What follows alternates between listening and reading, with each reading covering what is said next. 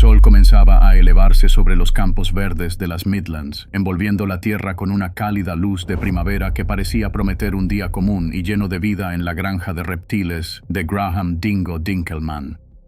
En el horizonte, el vapor matutino se elevaba lentamente desde la vegetación húmeda y los sonidos familiares de la naturaleza daban inicio a otra jornada en la que el conservacionista sudafricano haría lo que más amaba: conectar a las personas con el mundo salvaje. Era septiembre de 2024, y lo que parecía una rutina más, una jornada más, se transformaría en el evento que marcaría un antes y un después en la historia de la conservación en África del Sur y en el corazón de miles de seguidores alrededor del mundo.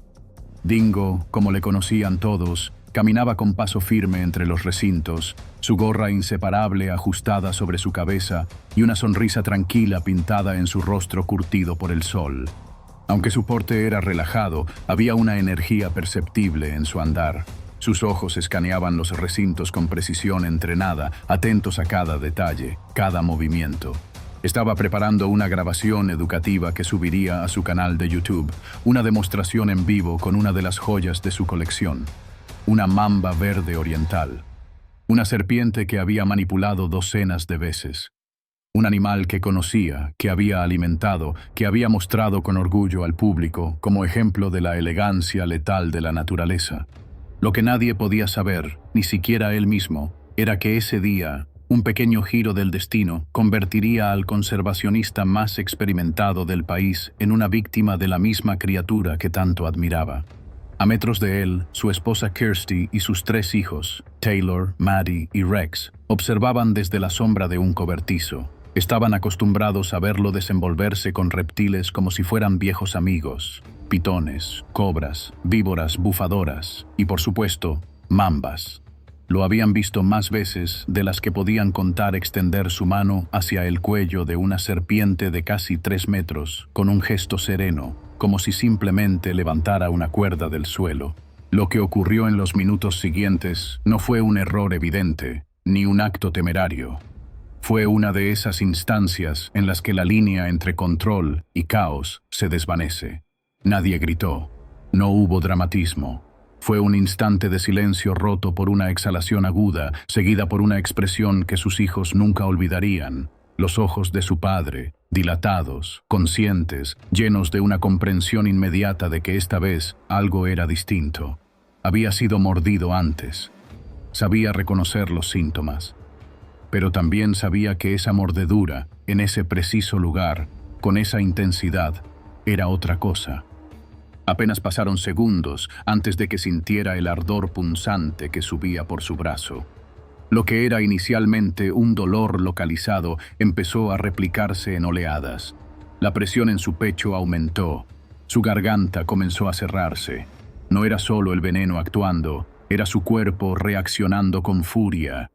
Una respuesta inmune letal que había estado incubándose durante años de exposición a microdosis de veneno. Sabía lo que era una anafilaxia. La había visto antes, pero jamás imaginó ser víctima de una así de severa.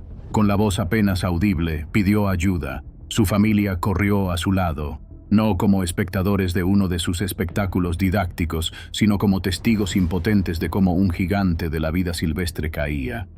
Los minutos que siguieron fueron un torbellino de reacciones, adrenalina administrada por mano propia, intentos de mantener la conciencia, respiración entrecortada.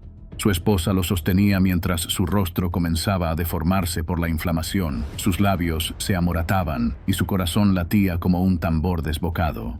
A lo lejos se oían las sirenas, pero en su mirada ya estaba la resignación, no al miedo, sino a la comprensión absoluta de lo que ocurría. La muerte estaba acercándose, no como un castigo, no como una tragedia, sino como una parte inescapable del pacto que había hecho con la vida salvaje.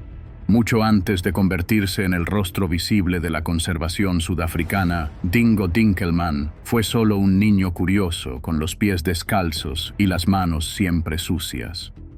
Nació en 1980 en Pietermaritzburg, en una casa rodeada de arbustos, insectos, ranas y serpientes pequeñas que aparecían en las noches cálidas del verano zulú. Su padre, guardabosques del National Parks Board, lo llevaba consigo en viajes de inspección por reservas naturales. Mientras otros niños pasaban sus vacaciones en la playa o frente al televisor, él las pasaba acampando cerca de abrevaderos, observando silenciosamente cómo hienas se acercaban al amanecer o cómo las aves tejedoras construían sus nidos. Su madre, una enfermera estricta y nerviosa, jamás terminó de acostumbrarse al desfile de animales heridos que llegaban a su casa. Tortugas con caparazones rotos, camaleones desnutridos, garzas con alas rotas. Dingo no solo los recogía, los curaba, los alimentaba y a veces, cuando se ganaba su confianza, los liberaba. Tenía apenas 10 años cuando rescató su primera serpiente, una pequeña culebra café que había sido atropellada parcialmente por una bicicleta. La llevó a casa en una caja de zapatos y pasó semanas alimentándola con insectos y pequeños roedores.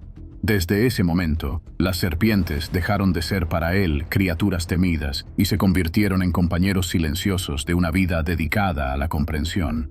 Su vocación no tardó en tomar forma. A los 12 años ya manejaba serpientes no venenosas con soltura. A los 15 comenzó a dar charlas en escuelas locales. No hablaba solo de los animales, hablaba con ellos como si fueran aliados en su misión. Y los niños escuchaban. La fascinación que producía era inmediata. No era solo por el riesgo, sino por la pasión desbordante con la que hablaba del equilibrio natural. En su adolescencia, comenzó a experimentar con cámaras viejas para grabar sus interacciones. Lo que al principio eran videos torpes, terminarían años después convirtiéndose en producciones virales. La vida académica no lo atrapó del todo, pero sí lo formó. Estudió biología y ecología en una universidad local, pero gran parte de su conocimiento venía de la observación directa, del campo, del error y el ensayo. Fue voluntario en centros de rehabilitación de fauna y trabajó como guía en reservas privadas. Allí, perfeccionó su habilidad no solo para interpretar la conducta animal, sino también para leer el miedo y la ignorancia en los ojos humanos y desarmarlos con carisma. Para él, la conservación no era solo un conjunto de medidas científicas, era una tarea emocional, educativa, casi espiritual. Cuando conoció a Kirsty, supo que había encontrado una compañera de alma. Ella compartía su amor por la naturaleza y su capacidad para soñar a largo plazo. Juntos crearon el Parque de Reptiles, una mezcla de santuario, centro educativo y estudio de grabación.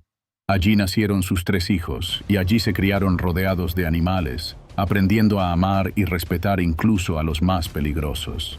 Los videos de Dingo crecieron exponencialmente en popularidad, no porque mostraran simple sensacionalismo, sino porque capturaban la esencia de lo salvaje con una honestidad visceral. Nunca usó guantes, jamás falseó una escena y hablaba al público con una mezcla de ternura y verdad brutal. Su lema era claro: conocer es respetar, respetar es proteger. En sus palabras, no se podía proteger lo que no se entendía, y no se podía entender aquello que uno no se atrevía a mirar de cerca. Ese camino de valentía y entrega inquebrantable lo llevó hasta el día en que su cuerpo, que tantas veces había resistido mordeduras, infecciones y peligros extremos, no pudo más. La serpiente no lo atacó por odio, ni por maldad. Actuó como la naturaleza dicta. Y Dingo, en el fondo, lo sabía. Su último encuentro no fue un castigo, sino el cierre dolorosamente lógico de una vida entregada con devoción al mundo natural. El mismo mundo que lo había formado, inspirado y finalmente reclamado. Y así, el encuentro que debía ser uno más en su rutina se convirtió en una tragedia. Pero también en una leyenda. Porque cuando el cuerpo de Graham Dingo Dinkelman cayó, no cayó solo un hombre. Cayó un puente entre 2 mundos.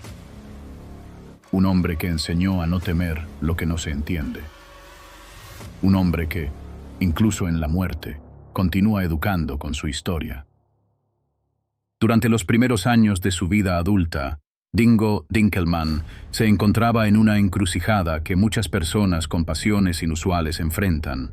Cómo convertir ese amor profundo y visceral por los animales, particularmente los más temidos y malentendidos, en una forma de vida sostenible. Si bien muchos lo animaban a seguir el camino convencional de la biología de campo, de obtener títulos académicos avanzados y trabajar dentro del sistema, él intuía que su camino era otro, uno menos transitado, más peligroso, pero también más directo. Quería estar donde la vida salvaje respiraba, se movía, mordía y donde los humanos, a menudo sin saberlo, la destruían.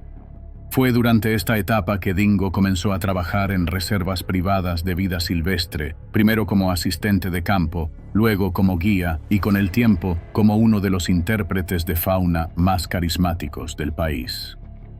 Desde el principio quedó claro que tenía un don especial, no solo para manejar animales, sino para leer al público.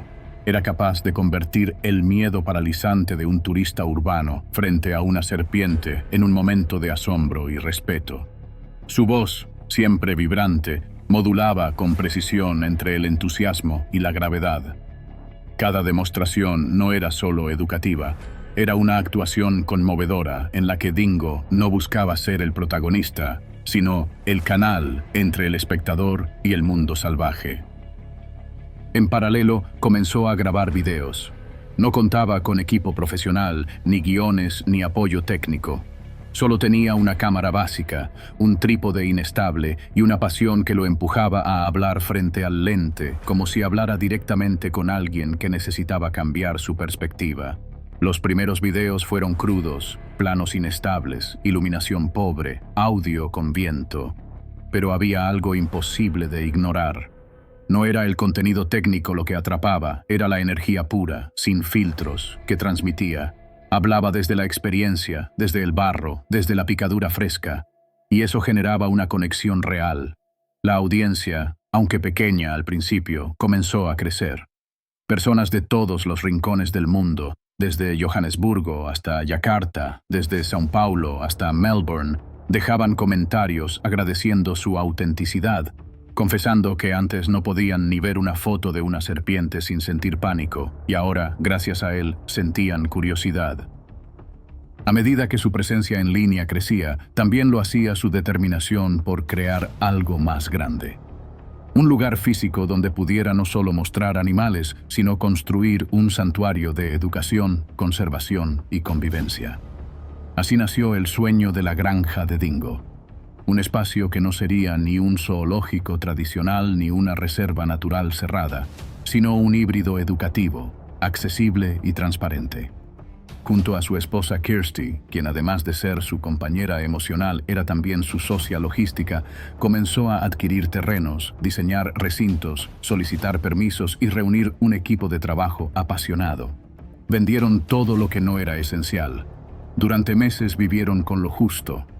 No había promesa de rentabilidad, solo la certeza de que estaban construyendo algo con propósito. El parque fue tomando forma entre los campos y colinas de KwaZulu-Natal. Los primeros recintos se levantaron con materiales reciclados. Cada jaula, cada panel de vidrio, cada letrero estaba hecho con sus propias manos o con la ayuda de voluntarios. El lugar pronto albergó tortugas rescatadas, aves rapaces rehabilitadas y, por supuesto, serpientes. Pitones africanos de varios metros, cobras escupidoras, boomslangs, y el animal que se convertiría en símbolo tanto de su grandeza como de su tragedia, la mamba verde oriental. La reputación de Dingo se expandió como fuego en sabana seca. Su estilo, cercano, sin pretensiones, emocionante, lo convirtió en un referente para una nueva generación de conservacionistas. Lo llamaban el Steve Irwin de Sudáfrica, un apodo que él recibía con una mezcla de orgullo y humildad. Irwin había sido uno de sus ídolos de juventud, no por el espectáculo, sino por la intención educativa profunda que tenía detrás de cada interacción con animales peligrosos. Dingo no quería que la gente lo viera como un domador de fieras. Quería que entendieran que la naturaleza no es nuestro enemigo, sino una parte de nosotros que hemos olvidado cómo escuchar. El canal de YouTube, que había comenzado como un simple pasatiempo, pasó a tener miles de suscriptores, luego decenas de miles, y finalmente superó los 100.000. En sus videos, Se lo veía con frecuencia con serpientes en las manos, explicando detalles anatómicos, desmontando mitos, mostrando cómo capturarlas de forma segura en zonas urbanas sin dañarlas. Era capaz de hablar con el mismo entusiasmo tanto sobre una tortuga leopardo como sobre una víbora bufadora. Tenía una devoción por los detalles y una sensibilidad emocional que atravesaba la pantalla. A menudo compartía momentos íntimos con sus hijos, que ya desde pequeños comenzaban a aprender el lenguaje de la selva, los hábitos de los reptiles, las señales de alerta. Con el paso de los años, el parque se convirtió en un punto de referencia para escuelas, investigadores y turistas curiosos. Allí se ofrecían talleres, visitas guiadas, encuentros educativos y sesiones de manejo supervisado. También funcionaba como centro de rescate. Cada semana llegaban animales heridos, desplazados por urbanización o víctimas del tráfico ilegal.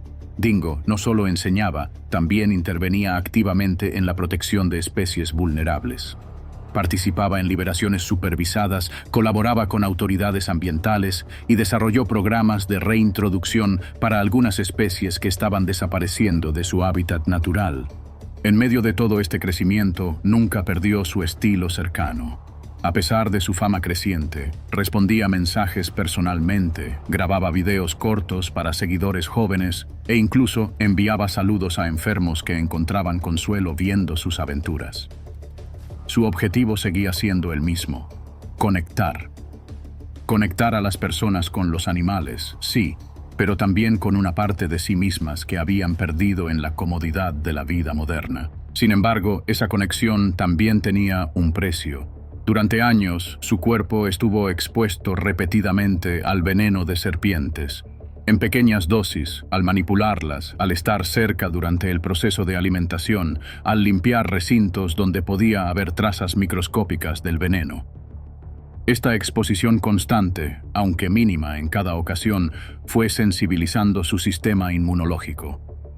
Como un reloj de arena invisible, el riesgo fue acumulándose lentamente, gota a gota, sin dar señales claras. Hasta que, un día, cuando menos lo esperaba, su cuerpo decidió reaccionar como si cada gota fuera una amenaza total. Él lo sabía. Había comenzado a notar ciertas señales: reacciones más fuertes a mordeduras leves, hinchazones inusuales, fatiga inexplicable. Consultó médicos, se sometió a pruebas. Se le advirtió sobre el riesgo de sensibilización. Pero, como muchos expertos que trabajan con animales peligrosos, confiaba en su experiencia, en sus protocolos, en su suerte. Y además, cómo alejarse de lo que uno ama. Cómo dejar de estar cerca de los seres que uno siente que debe proteger. La granja creció. El canal se expandió. Su influencia se consolidó. Pero también crecía, silenciosa y letal, la posibilidad de un encuentro que no terminaría bien. Y cuando ese día llegó, fue en el mismo lugar donde había dado sus primeros pasos como educador, padre, protector y amante de lo salvaje.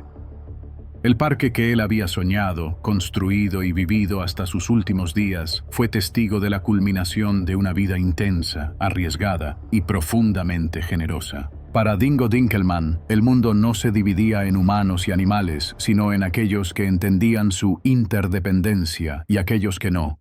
Su trabajo, su legado, su sacrificio fue una lección viviente de esa verdad. Y aunque su cuerpo ya no camine entre los recintos, su voz, su pasión y su mensaje siguen vivos en cada visitante que aprende a mirar a una serpiente no con miedo, sino con respeto. A lo largo de su carrera como experto en vida silvestre, Graham Dingo Dinkelman había enfrentado incontables situaciones en las que su vida pendía de un hilo. Era parte del precio que estaba dispuesto a pagar por convivir, estudiar y defender a algunas de las criaturas más temidas del planeta. Cada encuentro con una mamba negra, cada captura de una cobra escupidora, cada liberación de una víbora bufadora en su hábitat natural representaban una danza precisa entre respeto, valentía y preparación. No era temeridad, sino disciplina.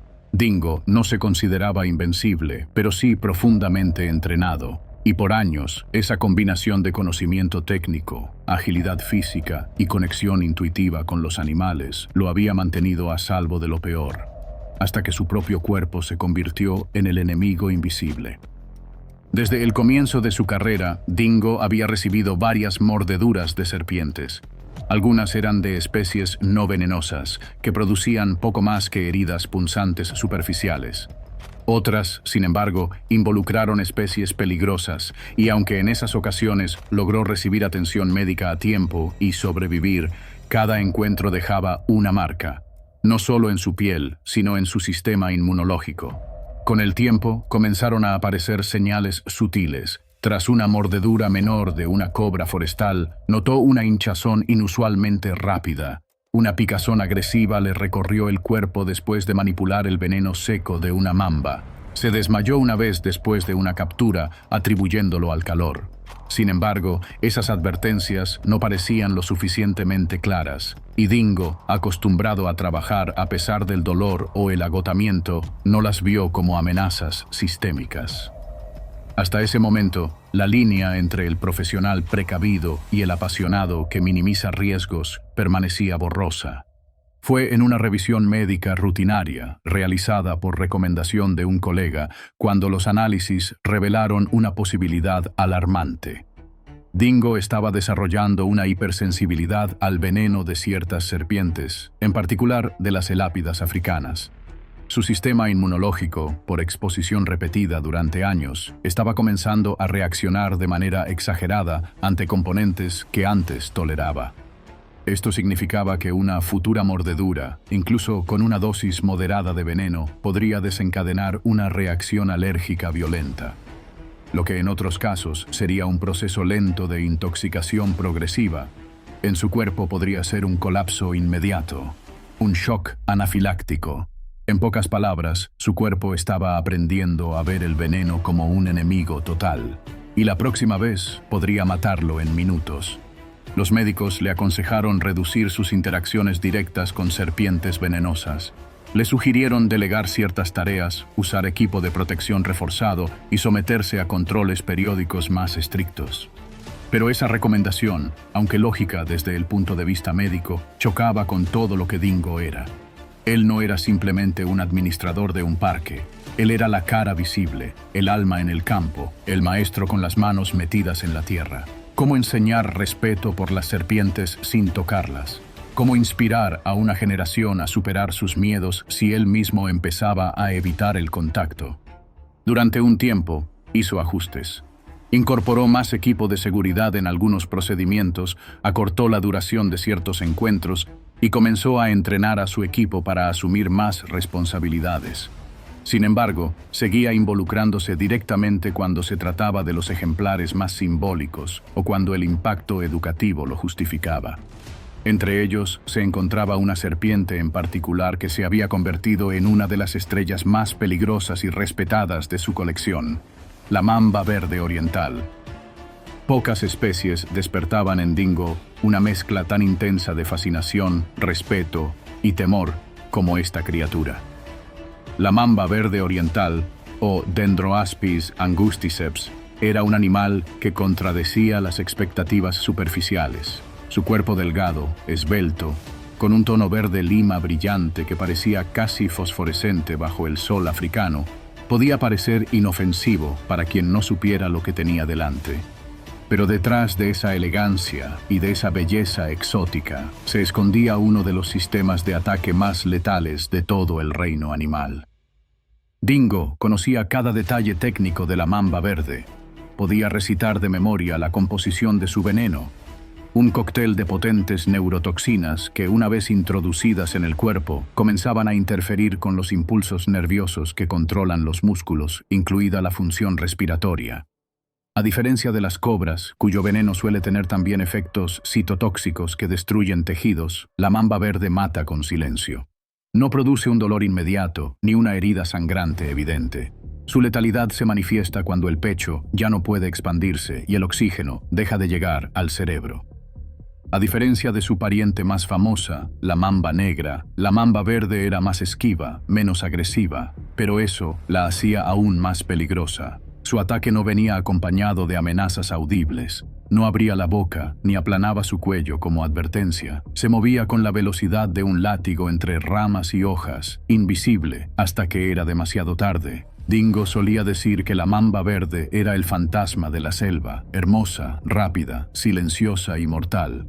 El ejemplar que albergaba en su parque lo había acompañado por varios años. Había sido capturada en la región costera del este de Sudáfrica, en una zona residencial donde había causado pánico entre los habitantes. Dingo, como tantas veces, acudió al llamado y logró capturarla sin incidentes. Decidió no liberarla por tratarse de un animal con comportamiento defensivo elevado y un valor educativo incalculable. Con el tiempo, la serpiente se convirtió en una de las más vistas en sus videos. Incluso tenía nombre oficioso, Esmeralda, por su color vibrante.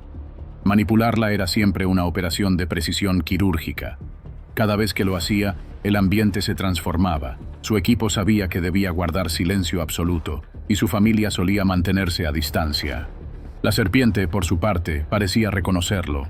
No lo atacaba con frecuencia, pero mantenía una tensión latente en cada movimiento. Dingo siempre decía que cada encuentro con ella era una prueba de humildad. Lo que pocos sabían, y él mantenía en privado, era que esa misma serpiente podía ser la que finalmente pusiera fin a su historia. No por su voluntad, sino por las condiciones creadas en su propio cuerpo. La combinación era perfecta para la tragedia, un veneno extremadamente potente, una serpiente de reflejos implacables y un sistema inmunológico cada vez más sensible. En las semanas previas al incidente que acabaría con su vida, Dingo había estado preparando una serie de videos educativos centrados en las serpientes más mortales del continente africano. Quería producir contenido más profundo, más técnico, con datos científicos y grabaciones en alta definición que explicaran cómo funcionaban estos animales en su hábitat natural. Esmeralda formaba parte central de esta producción. Planeaba mostrar su comportamiento, su reacción al estímulo y cómo interactuar con ella con respeto y preparación. A pesar de las advertencias médicas, y aunque sentía en su interior cierta incomodidad, una intuición inexplicable, un mal presentimiento, siguió adelante. Lo movía no la arrogancia, sino el propósito. Sentía que debía dejar registrado ese conocimiento para quienes vinieran después. Si había un riesgo, lo aceptaba con la conciencia de quien entiende que algunas vocaciones se pagan con el cuerpo. La historia, la ciencia y la educación merecían ese esfuerzo. Ese era su sacrificio. Y así, en el recinto donde tantas veces había entrado sin incidentes, en el mismo espacio donde había enseñado a sus hijos a observar sin miedo y actuar con respeto, ocurrió lo inevitable. La serpiente, que antes se mostraba evasiva, percibió algo diferente. Tal vez un reflejo, un ruido exterior, un cambio sutil en el ritmo cardíaco de su cuidador. No hay forma de saberlo con certeza, pero lo que sí se sabe es que en una fracción de segundo, la distancia entre vida y muerte se acortó hasta desaparecer. La mordida fue rápida, precisa y profundamente penetrante. El veneno comenzó su viaje mortal y con él, una cadena de reacciones químicas, inmunológicas y emocionales que pondrían fin a una vida extraordinaria. Dingo Dinkelman, el hombre que había vivido para proteger incluso a las criaturas que podrían matarlo, se convirtió, en su acto final, en testimonio viviente del precio de ese amor. Y aunque su cuerpo no resistió, su historia, sus enseñanzas y su valentía aún respiran en cada rincón del mundo donde alguien se atreve a mirar una serpiente no con miedo, sino con asombro. La mañana del 17 de septiembre de 2024 comenzó como tantas otras en la granja y parque de reptiles de Graham Dingo Dinkelman. El aire primaveral en las Midlands de KwaZulu-Natal estaba impregnado de aromas de tierra húmeda y savia, y los árboles empezaban a recuperar su fronda verde tras el letargo invernal. Las instalaciones del parque, silenciosas a esa hora, cobraban vida lentamente con el canto de las aves locales y el zumbido de insectos despertando al calor del sol. Dingo, como de costumbre, se levantó temprano. Siempre decía que la vida silvestre se comprendía mejor antes de que el mundo humano comenzara su agitación. Esa mañana tenía un propósito claro: grabar una sección específica del nuevo especial educativo para su canal de YouTube. Un video dedicado a la comparación entre la mamba negra y la mamba verde oriental, dos de las serpientes más mortales del continente africano. Ya había trabajado durante días en el guión, revisando fuentes científicas, afinando datos sobre la estructura del veneno, los hábitos de caza, el comportamiento defensivo. El video era parte de un proyecto más ambicioso, una serie de documentales cortos que fusionaran contenido riguroso con la adrenalina de su estilo característico. El equipo de producción estaba reducido esa mañana. Dingo prefería trabajar solo o con un ayudante para las tomas más sensibles. El recinto de Esmeralda, la mamba verde oriental, estaba cerrado y asegurado, como siempre. Había inspeccionado el entorno, verificado el estado de salud del animal y repasado el procedimiento en su cabeza. Todo parecía en orden, llevaba años haciéndolo. Más de 1000 veces había manipulado serpientes venenosas, muchas de ellas sin ayuda. No era imprudencia, era confianza basada en la experiencia. Se preparó como lo hacía siempre, ropa ligera de tonos neutros, calzado de suela adherente, una varilla especial de manejo y el contenedor de acrílico reforzado que utilizaba para transportar a la serpiente al área de grabación. Encendió la cámara principal, comprobó el enfoque, se pasó la mano por la barba con ese gesto automático que hacía antes de cada toma y respiró hondo. Luego, con movimientos lentos, precisos y calculados, retiró la tapa del contenedor. Lo que ocurrió a continuación duró solo unos segundos, pero cambió el curso de todo. Dingo siempre decía que, con las serpientes, no existe tal cosa como tiempo de reacción. O estás preparado antes de que se muevan, o estás perdido. Aquella mañana, por razones que jamás se sabrán con certeza, Esmeralda reaccionó de forma impredecible. Tal vez fue una vibración imperceptible, un movimiento reflejo, un cambio de temperatura, o simplemente el instinto atávico de supervivencia. La mamba verde disparó su ataque con una rapidez que ni siquiera una cámara de alta velocidad habría captado con claridad. Sus colmillos, afilados y huecos como agujas médicas, penetraron profundamente en la carne de la mano derecha de Dingo. El pinchazo inicial fue leve, casi imperceptible, como una quemadura superficial. Pero Dingo supo de inmediato que era grave. Había sentido mordeduras antes. Esta era distinta. El ángulo de entrada, la fuerza del animal y su propio sistema inmunológico ya sensibilizado por años de exposición al veneno crearon una tormenta perfecta. Actuó con rapidez, aseguró la serpiente de vuelta en el contenedor con una mezcla de automatismo y urgencia. Su mente, entrenada para actuar en situaciones críticas, tomó el control mientras su cuerpo comenzaba a traicionarlo. Activó la señal de emergencia en su comunicador portátil y se dirigió tambaleándose hacia el área común del parque, donde su familia y parte del equipo ya estaban alertados por su tono de voz en la transmisión radial. Kirsty lo vio venir y notó al instante que algo iba mal. Su esposo, que tantas veces había salido ileso de encuentros imposibles, ahora avanzaba con la mirada desencajada, el rostro pálido y un temblor involuntario en las manos. Su brazo derecho ya mostraba signos de inflamación acelerada. Le costaba hablar. Apenas pudo decir, «Me mordió. Esmeralda, no es solo el veneno». Kirsty entendió de inmediato. No era una mordida más. Era el miedo que nunca había escuchado en su voz, el miedo genuino del hombre que sabía exactamente lo que estaba ocurriendo dentro de su cuerpo. En cuestión de minutos, los síntomas comenzaron a manifestarse con violencia. Urticaria en el cuello, hinchazón en los labios, respiración dificultosa, una opresión progresiva en el pecho, como si alguien hubiera atado una cuerda alrededor de sus costillas y la estuviera apretando lentamente. Dingo estaba entrando en shock anafiláctico. Su cuerpo estaba reaccionando no solo al veneno, sino a su propio sistema de defensa, disparando histaminas en un intento equivocado de neutralizar lo que consideraba una amenaza letal. Kirsty administró de inmediato una dosis de epinefrina autoinyectable que mantenían para emergencias, pero ya era tarde para detener el avance. Mientras su esposo luchaba por respirar, su corazón latía a más de 160 pulsaciones por minuto y su presión arterial caía a niveles críticos. Llamaron a emergencias. El parque, ubicado en una zona semirural, no estaba cerca de un hospital de alta complejidad.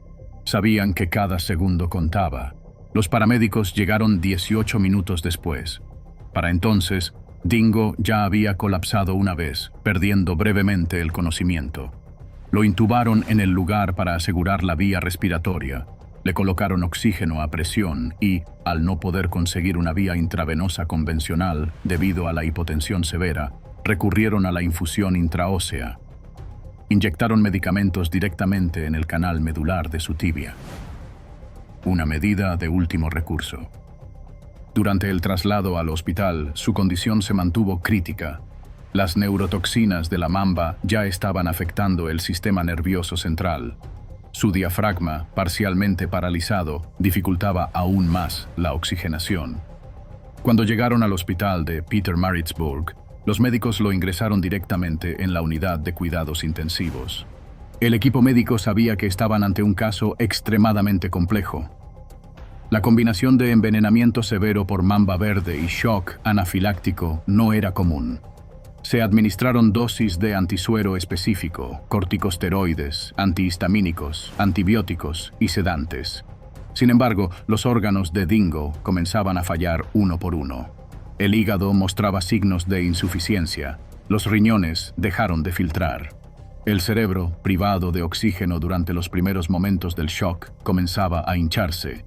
Se le indujo a un coma farmacológico para minimizar el daño neurológico. Se conectó a un ventilador mecánico, a una máquina de diálisis continua y a un sistema de monitoreo intracraneal. Médicos intensivistas, toxicólogos, inmunólogos y neurólogos trabajaron en turnos para tratar de revertir la situación. La familia fue informada. El pronóstico era reservado. Dingo estaba en la pelea de su vida. Durante los siguientes días, su cuerpo mostró signos mínimos de estabilidad, pero sin mejora significativa. Las toxinas seguían circulando. Su sistema inmunológico estaba desbordado. Los análisis mostraban marcadores de inflamación fuera de escala. Las enzimas hepáticas aumentaban. La presión intracraneal se mantenía alta. El daño estaba hecho. Su esposa Kirsty permanecía a su lado. Dormía en una silla junto a la cama, tomándole la mano, hablándole con voz suave, contándole que los niños estaban bien, que el parque seguía funcionando, que sus seguidores dejaban miles de mensajes de apoyo en redes sociales. Le ponía sus videos favoritos, algunos antiguos, otros más recientes, con la esperanza de que reconociera su propia voz. «Tienes que volver, Dingo», le susurraba. «Aún no terminaste tu trabajo». Pero Dingo, el hombre que tantas veces desafió las estadísticas, no respondía. Su cuerpo, agotado por años de estrés físico, trabajo incesante y ahora invadido por un veneno que parecía conocerlo íntimamente, simplemente no encontraba fuerzas suficientes para revertir el daño. A lo largo de 4 semanas, los especialistas intentaron todo: plasmaféresis, nuevas combinaciones de antídotos, maniobras neuroprotectoras. Se consultaron expertos en Australia, India y Reino Unido. Todos coincidieron. Era una situación extremadamente rara. Pocas personas sobrevivían una mordedura grave de mamba verde, y menos aún si el cuerpo había desarrollado previamente una alergia severa al veneno. Era un caso de manual y una tragedia anunciada. La noche del 26 de octubre de 2024, después de una breve mejora ilusoria, sus signos vitales comenzaron a decaer sin freno. El corazón, fatigado, entró en arritmia. Sus riñones ya no respondían. La presión intracraneal subió a niveles fatales. A las 14:17 hora local, Graham Dingo Dinkelman fue declarado muerto. Su esposa estaba a su lado, sujetando su mano hinchada y ya fría, mientras el monitor de signos vitales marcaba una línea recta. En ese instante, no solo murió un hombre, murió un protector, un puente entre especies, una voz de la naturaleza. Pero también nació una leyenda, una historia que, lejos de apagarse con su corazón, comenzó a recorrer el mundo entero como un llamado urgente. Respetar la vida salvaje, no desde la distancia, sino desde la conexión más íntima y honesta, la que Dingo representó con cada fibra de su ser. La noticia de la muerte de Graham Dingo Dinkelman se propagó por Sudáfrica con una rapidez y contundencia inusuales. Lo que comenzó como una breve notificación oficial del Hospital Provincial de Pietermaritzburg terminó convirtiéndose en una avalancha de mensajes de duelo, homenajes, publicaciones y lágrimas desde todos los rincones del mundo. Para muchos, no era simplemente la pérdida de un experto en serpientes o un educador ambiental. Había muerto un hombre que representaba la valentía tranquila, la conexión sin filtros con la naturaleza, la ternura que podía brotar incluso de las criaturas más letales del planeta. En las primeras horas posteriores a su fallecimiento, el canal de YouTube de Dingo, que contaba con más de 100.000 suscriptores activos, se llenó de comentarios, desde seguidores que lo habían descubierto por accidente y luego lo habían convertido en parte de su rutina diaria, hasta biólogos, veterinarios y conservacionistas que lo consideraban un colega de causa. Muchos mensajes coincidían en una misma frase: no lo conocí personalmente, pero siento que perdí a un amigo. Su esposa, Kirsty Dinkelman, no tardó en publicar un comunicado breve, profundamente humano, acompañado de una imagen de Graham con una serpiente sobre sus hombros y esa sonrisa franca, tan suya, tan contagiosa. En la publicación explicó con serenidad lo que había sucedido: la mordedura, la reacción alérgica, la lucha médica y finalmente la despedida. Pero más allá del detalle clínico, lo que realmente conmovió fue lo que ella escribió al final. Graham murió haciendo lo que amaba, no con miedo, sino con propósito. Él decía que cada encuentro con un animal era una conversación. El mundo ha perdido una voz que hablaba ese idioma. Las palabras resonaron como una oración laica entre todos los que alguna vez lo habían escuchado explicar la diferencia entre un veneno neurotóxico y uno hemotóxico, o contar, con esa chispa en los ojos, cómo una serpiente no ataca por odio, sino por defensa. Esa publicación fue compartida más de 200.000 veces en las primeras 48 horas. En las redes sociales, usuarios cambiaron sus fotos de perfil por imágenes de Dingo, algunos con marcos conmemorativos que decían: por la naturaleza, por Dingo. La comunidad conservacionista internacional no tardó en reaccionar. Organizaciones como la Wildlife Conservation Society, la African Snakebite Institute y Wildlife Warriors de Australia, la organización fundada por la familia de Steve Irwin, emitieron comunicados expresando su dolor. Muchos trazaron un paralelismo inmediato entre las muertes de ambos. Hombres de familia, expertos carismáticos, íconos mediáticos, y ambos fallecidos a los 44 años, en plena acción, en contacto con los animales que tanto amaban. La coincidencia no era solo estadística, era simbólica. Dos vidas que no se apagaron, sino que se consumieron completamente en el fuego de una misión más grande que ellos. El Ministerio de Vida Silvestre y Asuntos Ambientales de Sudáfrica inició una investigación protocolaria sobre el incidente. Fue breve, pero exhaustiva. Revisaron los videos de seguridad, las bitácoras del parque, los informes médicos previos y los registros de salud de Dingo. Confirmaron lo que todos intuían. No hubo negligencia, no hubo imprudencia, no hubo error sistemático. Se trató de una tragedia inevitable.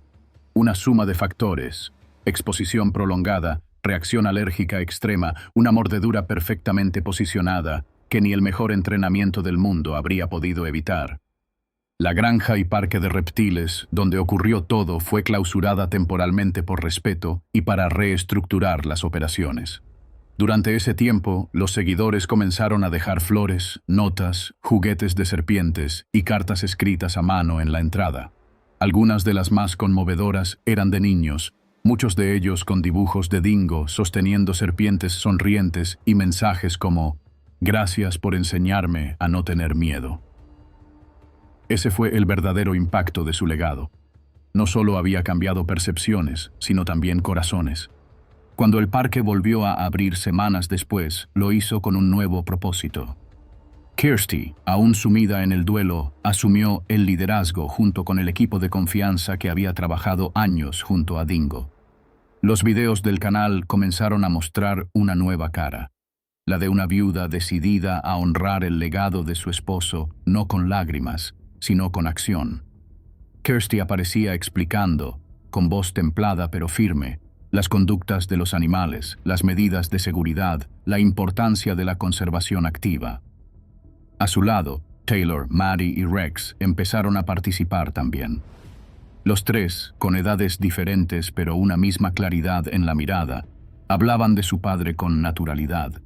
No como un héroe lejano, sino como el hombre que les enseñó que la naturaleza no era algo que se visita, es algo de lo que somos parte. El parque también fue rediseñado en su memoria. Se colocaron placas con frases célebres de Dingo en los senderos educativos. Se habilitó un área llamada El Refugio de Dingo, una zona interactiva para niños donde podían aprender sobre reptiles a través de juegos sensoriales, animaciones y sesiones de contacto supervisado. En el centro del parque se erigió una estatua de bronce de tamaño real. Dingo, con su característico sombrero, una serpiente rodeándole el cuello y su mirada mirando al horizonte. En la base de la estatua, una placa con la frase que repetía siempre: «No puedes proteger lo que no entiendes, y no puedes entenderlo si no te acercas». Pero más allá de las estructuras físicas, el verdadero tributo estaba ocurriendo en los corazones de las personas. Kirsty comenzó a recibir mensajes de fanáticos que decían haber cambiado de carrera gracias a Dingo, jóvenes que antes querían ser ingenieros o contadores y que ahora estudiaban biología o veterinaria, adultos que habían vivido con fobia a las serpientes y que, gracias a sus videos, ahora trabajaban como voluntarios en centros de rescate, profesores de escuelas que usaban sus clips como material obligatorio para enseñar respeto por el ecosistema. La familia decidió no frenar la producción de contenido. Al contrario, decidieron redoblar la apuesta. Lanzaron una serie de videos titulada El legado de Dingo, en la que mostraban imágenes inéditas, fragmentos de sus reflexiones, entrevistas que nunca habían sido publicadas. También incluyeron segmentos de formación, enseñando a nuevos cuidadores cómo interactuar con reptiles, cómo prevenir mordeduras y cómo responder ante emergencias. Todo lo que Dingo sabía, todo lo que había aprendido, ahora formaba parte de un archivo digital que seguiría enseñando mucho después de su muerte. Incluso los animales parecían sentir el cambio. Esmeralda, la mamba verde oriental cuya mordida había sido el inicio del fin, seguía viva. Fue evaluada por expertos externos y trasladada temporalmente a otro recinto más seguro y apartado. La decisión de no sacrificarla fue unánime. Dingo nunca culparía a un animal por hacer lo que su naturaleza dicta, explicó Kirsty en un video. Ella no es una asesina, es una criatura perfecta que merece seguir viva. Con el tiempo, la serpiente regresó a una exhibición especial, con medidas de seguridad adicionales y un cartel educativo que explicaba su rol tanto en el ecosistema como en la vida de Dingo. Era una forma poderosa, dolorosa, pero coherente, de cerrar el ciclo.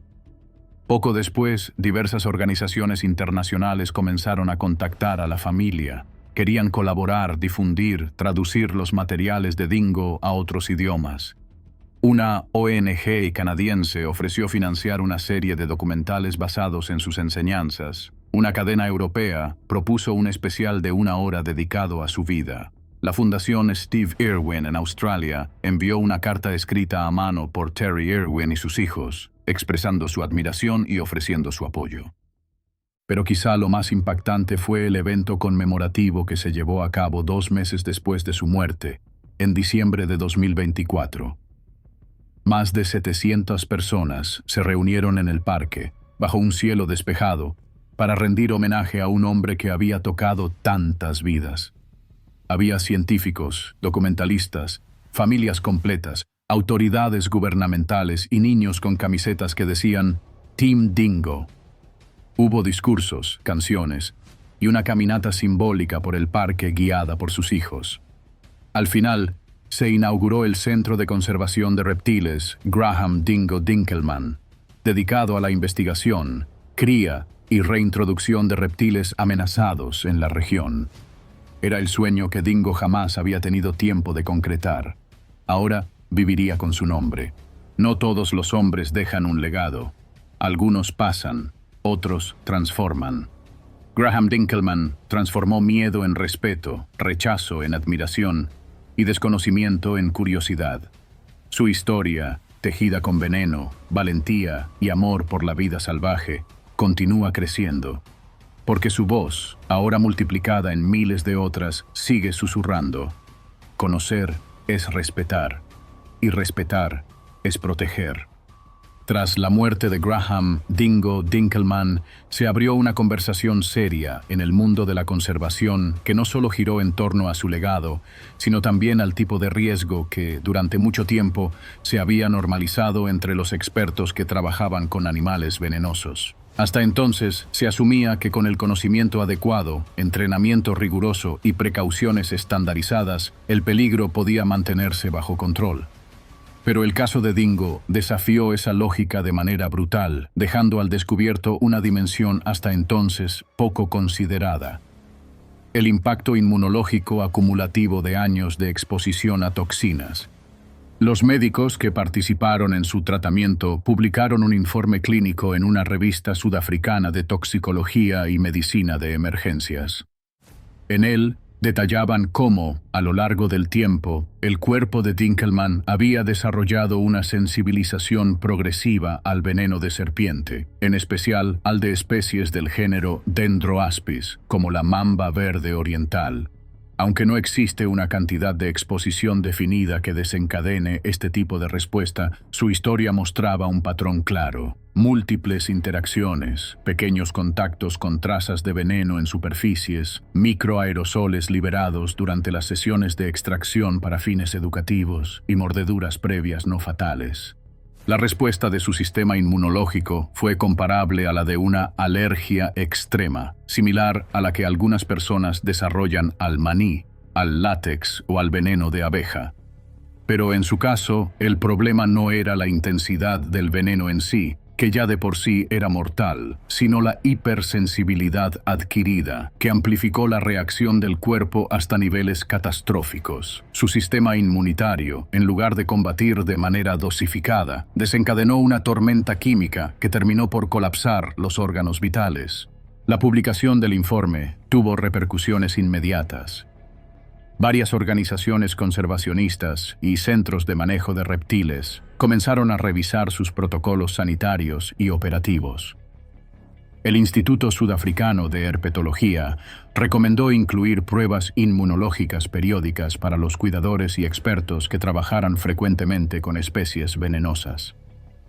Asimismo, se comenzó a debatir sobre la necesidad de crear una base de datos médica compartida entre centros de conservación que permitiera rastrear la exposición acumulativa de los trabajadores a toxinas específicas. Algunas medidas prácticas también comenzaron a implementarse: cámaras de extracción de veneno con sistemas de ventilación mejorada, barreras acrílicas adicionales en las sesiones educativas, rotación del personal para reducir la exposición continuada, y protocolos psicológicos para detectar cuando el profesional comenzaba a subestimar el riesgo debido a la rutina o al exceso de confianza. En paralelo, universidades de Sudáfrica, Australia y Estados Unidos iniciaron proyectos de investigación enfocados en el estudio de inmunorespuestas a largo plazo por exposición repetida a toxinas animales. El nombre de Dingo fue citado en múltiples simposios como un caso paradigmático. En un giro irónico y profundamente conmovedor, su cuerpo no solo había enseñado durante la vida, sino también después de la muerte. Su tragedia estaba ayudando a evitar futuras pérdidas en un campo donde la vocación, muchas veces, empuja a los individuos más allá de los límites del autocuidado. Mientras el mundo académico y profesional ajustaba su mirada sobre los peligros ocultos del contacto continuado con venenos, el impacto emocional y simbólico de su ausencia seguía desplegándose. Y fue en su parque, en su tierra, donde ese impacto tomó forma física y emocional con más fuerza. En los meses siguientes a su fallecimiento, la granja y parque de reptiles que Dingo había fundado con sus propias manos se transformó no solo en un centro de visitas, sino en un lugar de peregrinación para quienes querían agradecer, aprender o simplemente rendir homenaje a una vida entregada a una causa. Una de las decisiones más significativas que tomó su familia fue la de no esconder a Esmeralda, la mamba verde oriental responsable del ataque mortal. Muchos visitantes se preguntaban si había sido sacrificada, como se suele hacer en casos de ataques fatales por animales en cautiverio. Pero Kirsty fue clara desde el principio. Esmeralda no es una asesina, es un ser vivo que actuó por instinto. Graham nunca habría querido que su historia terminara en venganza. Él siempre habló de respeto, incluso en la muerte. Con esa convicción, Esmeralda fue reintegrada al parque bajo un nuevo protocolo de seguridad. Su recinto fue rediseñado por completo, con cristales blindados, sistemas de doble cierre, cámaras de alta definición y sensores térmicos. Junto al recinto se colocó una pantalla interactiva que no solo detallaba las características de la especie, sino también la historia de Dingo, su relación con la serpiente, y una reflexión profunda sobre los riesgos reales de trabajar con vida salvaje. Ese espacio se convirtió en uno de los más visitados del parque, no por morbo, sino por la carga simbólica que representaba. Era una especie de altar moderno, un sitio de contemplación donde los visitantes podían ver de cerca la dualidad de la naturaleza, belleza y peligro, fragilidad y fuerza, muerte y respeto. Pero el parque tenía más por mostrar. Bajo la iniciativa de Kirsty y con el apoyo de donaciones internacionales, se inauguró el Centro de Conservación de Reptiles Graham Dingo Dinkelman, una instalación dedicada a la cría, protección y reintroducción de especies de reptiles africanos en peligro de extinción. La idea no era simplemente mantener reptiles en cautiverio, sino estudiar sus patrones de comportamiento, mejorar técnicas de cría bajo condiciones naturales controladas y, cuando fuera posible, liberarlos en zonas protegidas donde pudieran repoblar hábitats devastados por el desarrollo humano. El centro también albergaba un laboratorio de análisis genético, una pequeña biblioteca con acceso público y un salón de conferencias donde se dictaban talleres para estudiantes, escuelas rurales y jóvenes conservacionistas. La programación incluía temas como primeros auxilios en caso de mordedura, interpretación ecológica, historia natural de serpientes africanas y educación ambiental para comunidades cercanas. Los hijos de Dingo participaron activamente desde el principio. Taylor, el mayor, comenzó a interesarse por la filmación de fauna y asumió la dirección técnica del canal de YouTube de la familia, que seguía activo y ganando seguidores día a día. Maddie, más reflexiva, se dedicó a la parte educativa, leyendo libros, escribiendo pequeñas cápsulas de contenido para redes y ayudando en las charlas escolares. Rex, el menor, parecía tener una conexión innata con los animales, especialmente con los reptiles. Lo llamaban el pequeño Dingo. Su presencia en las redes capturaba la imaginación de muchos niños, quienes lo veían como un joven heredero de la misión de su padre. Además, se creó una ruta guiada llamada El Camino de Dingo, una caminata educativa con estaciones temáticas que recorrían el parque contando su historia cronológicamente. Desde sus primeros encuentros con animales, su adolescencia marcada por la fascinación por los reptiles, la construcción del parque, el ascenso de su canal, su relación con Esmeralda y finalmente el día del incidente y su legado. El recorrido concluía en la estatua de bronce inaugurada meses antes, donde los visitantes dejaban notas, dibujos, pequeñas figuras de serpientes y flores silvestres.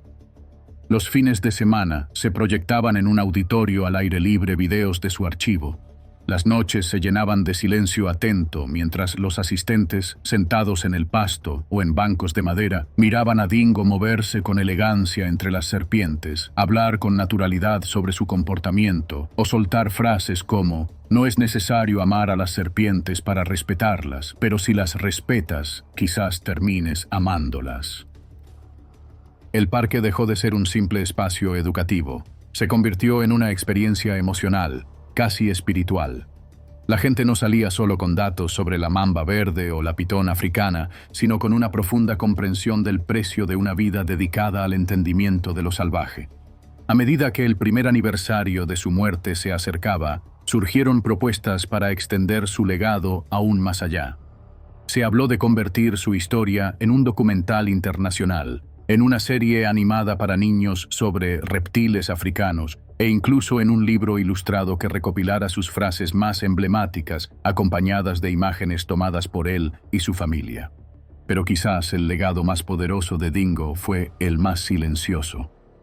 El de haber cambiado la forma en que miles de personas, muchas de ellas muy lejos de África, miran a una serpiente. Ya no como una amenaza ciega, sino como una expresión majestuosa de la vida que, como toda vida, merece comprensión, respeto y protección.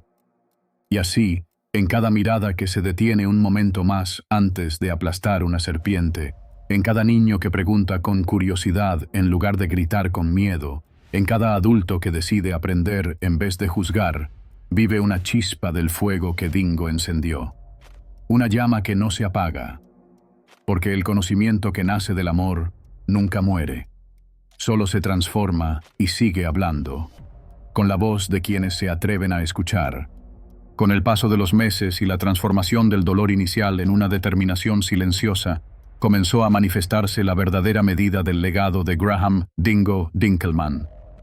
No solo en homenajes oficiales, publicaciones médicas o monumentos físicos, sino en las pequeñas transformaciones cotidianas de miles de personas que lo habían escuchado, visto y sentido a través de una pantalla.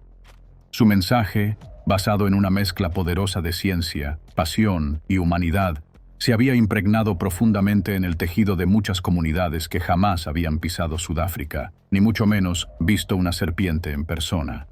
Historias comenzaron a emerger desde los rincones más diversos del mundo.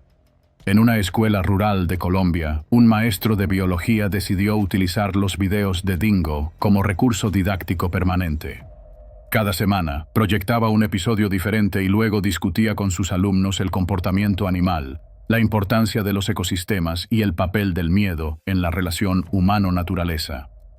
Los estudiantes, muchos de ellos acostumbrados a matar serpientes por instinto o tradición, empezaron a verlas de otro modo. El maestro compartió en redes un video en el que uno de sus alumnos, de apenas 11 años, rescataba una serpiente ciega de un canal de desagüe y la liberaba con cuidado. Lo hice como lo haría Dingo, decía, con una sonrisa que resumía el impacto de una enseñanza sin fronteras. En Australia, una mujer mayor escribió a la familia Dinkelman para contarles que, luego de décadas de fobia severa a los reptiles, logró superar su miedo progresivamente gracias a los videos del conservacionista sudafricano. Lo que comenzó como una terapia personal con sesiones de 1 minuto terminó convirtiéndose en una afición. Finalmente, se ofreció como voluntaria en un centro local de reptiles, ayudando en tareas básicas y guiando a visitantes que, como ella, llegaban llenos de prejuicios. Graham me dio un propósito inesperado en mi vejez, escribió. En la India, un grupo de estudiantes de veterinaria lanzó una campaña titulada Veneno no es enemigo, inspirada directamente en la filosofía de Dingo. Crearon materiales educativos en hindi y tamil, explicando el rol ecológico de las serpientes, desmitificando creencias populares y promoviendo la coexistencia pacífica.